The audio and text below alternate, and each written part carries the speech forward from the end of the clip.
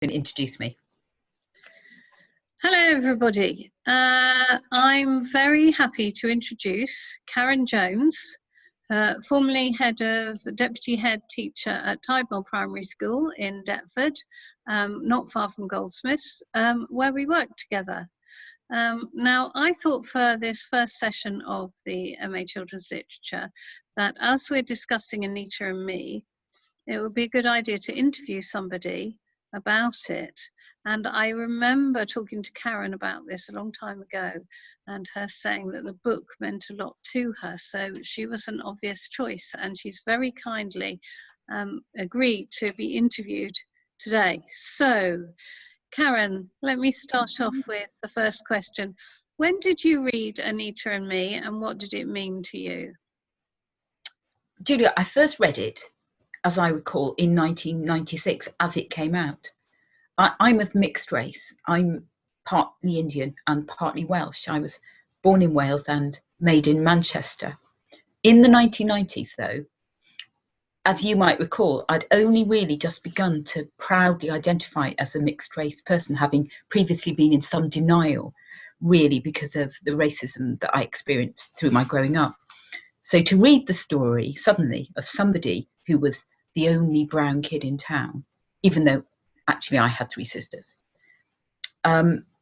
it meant so much to me. I hadn't read anything like it before. And here were some experiences which mirrored my own. They weren't exactly the same, our lives at all, although we grew up at the same time. Meera Syal's just a few days younger than me. I was mixed race, so I didn't have two Indian parents. So my experiences were different. We weren't Hindus. We only spoke English at home. But we were different from our friends and other families. We ate a lot of curry. We had a lot of my mum's family visiting the house. We were called racist names in the street. We wanted to belong and to feel as if we belonged, but quite often others made us feel as if we didn't. And Meera Syal, in the book Anita and Me, so clearly expressed exactly the same feelings growing up. I actually bought 7 copies of Anita and Me. I hadn't mentioned that to you before. I bought 7 copies, and that's always stuck with me because I've never bought 7 copies of a book before. And I gave them out one Christmas to my sisters, my cousins, my aunts, my mum. I really wanted everybody to read it. And I wanted to know whether they identified with Meera as strongly as I did, and her experiences. So it's clearly a really important book for you then, Karen. It was a really important book for me, yeah. Yeah, and obviously other members of my family had different responses, but that's quite normal, isn't it? For people to have varying responses to books. Definitely, every reader brings their own experience to the text. Absolutely, yeah. Yes. Okay, so shall we go on to the second question, which is, how does the book Anita and Me relate to your own reading history, such as antecedents and those which came after it? Okay, well, this is interesting because when I reflected on it, I realised that that I had a particular reading journey through literature that's connected to the Indian subcontinent. When I was young, in the 1970s, I read books about India through the eyes of white writers, people like E.M. Forster, who wrote A Passage to India, Paul Scott and The Jewel in the Crown, which was so big on TV in the 70s. But this was India as seen by colonialists. As a young adult, I then discovered Indian writers who were actually writing about India through their own Indian eyes, people like Arundhati Roy and Rohinton Mistry, Vikram Seth. I've never been able to read Salman Rushdie, I have to confess. Me neither. Then, no, okay. But then suddenly, in my 30s, I came across this book, which was the story of somebody who was an immigrant, second generation, as I was, from India, and their experiences of growing up in the UK. And this was revelatory to me, I think. But it also made so much sense when I think about my antecedents in terms of literature about India. And it was groundbreaking. I mean, since then, I think there's been so much more of this kind of literature. I think about books like The Boy with the Top Knot by Satnam Sanghera. I don't know that one. Oh, it's about a Sikh boy growing up in the Midlands.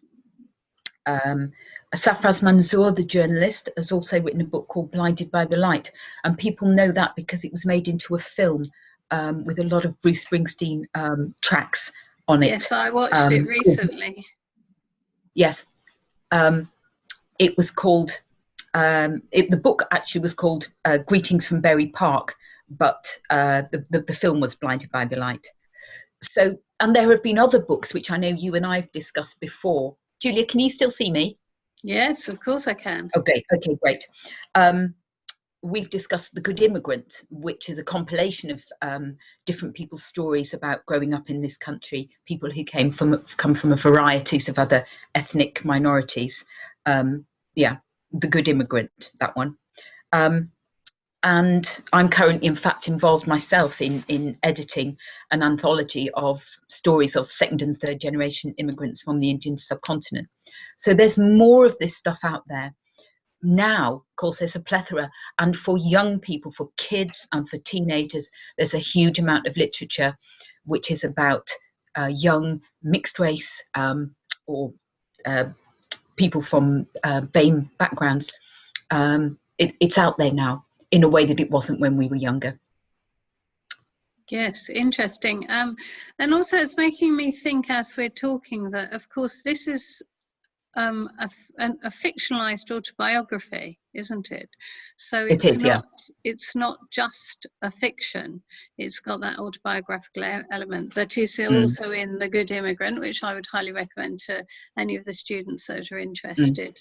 And yes, this autobiography and narrative about your own life has become increasingly popular. Okay, so Yes. How does Anita and Me relate, would you say, to the prevailing culture of 1990s Britain as it was published in 1996? Well, in the 1990s, the UK was experiencing the last few years of that 18-year Tory government. And despite, I think, when I look back, despite some changing attitudes to issues regarding a raised profile and opportunities for people of minorities. For example, interracial marriages and relationships had become much more acceptable. But still, negative stories about race relations and discrimination did really dominate the print and broadcast media at that time. In the US, there was the trial of O.J. Simpson, do you remember, for the murder of his wife? Yes, I didn't realise it was that long ago. Yeah, and a large part of the coverage of that trial was highlighting police attitudes to black people. I mean, funnily enough, in the year of the Black Lives Matter movement, we're talking about 25 years ago, aren't we, where many similar things were happening then. And here, Stephen Lawrence was murdered, as we well know, on the streets of South East London in 1993. And his family then fought for years to find justice for him. This was on our TV screens and in our print media every day. And the repercussions of that in the UK were enormous, weren't they, for years? Absolutely enormous, weren't we? The Labour government then set up an inquiry into that police investigation in 1997. That didn't report until 1999, and that was the Macpherson report, which found institutional racism in the Met, as we now know. So I think this was the context, and also there was a huge lack of diversity in the people we saw on our TV screens at that time and in books. And then came Meera Syal, absolute trailblazer, I think. First of all, she appeared on TV in Goodness Gracious Me, a comedy program with Asian people in it being very, very funny. It was watched by millions, wasn't it? Yes, it was hilarious. We hadn't seen anything like that before. They were Asian people being funny about Asians, being funny about white people, being funny about when Asian and white people met. It was extraordinary, and she was a leading light in that programme, goodness gracious me. And of course, she was also writing Anita and Me, which came out at the same time as Goodness Gracious Me. So both the book, I think, and what she was doing on TV then enabled people from Indian backgrounds suddenly to see themselves reflected and to feel elevated. And also, of course, the indigenous British population, white people, would have had a raised awareness then, and acceptance of those of colour in their midst. So she was doing that job too. Yes. You know, people that may previously have been thought about as other were suddenly quite high profile on TV. So, you know, I have to say, well done, Meera. Yes. Trailblazer. Fantastic. Yes, and it was groundbreaking at the time, and I think we talked a bit about this when we were preparing for this interview about how it's written 24 years ago, but it's also about growing up in the 70s, which we both did, so there's quite a few reference points that we have that young people that read nowadays don't have. So there's two sort of leaps in time there, back to when it was published and back again to what she was writing about. So I think, you know, it's obviously on the GCSE syllabus. So some kids are now reading it who are 15, 16 in schools in Britain, still reading it, despite the fact it's about growing up in the 70s, it's written in the 90s. But also I just wanted to explore with you this question of it being what we call a crossover book. So originally, would you say it was written for adults? I certainly thought that at the time, but I can see, Julia, that it would be a very appropriate read for young adults, wouldn't it? And also for teenagers.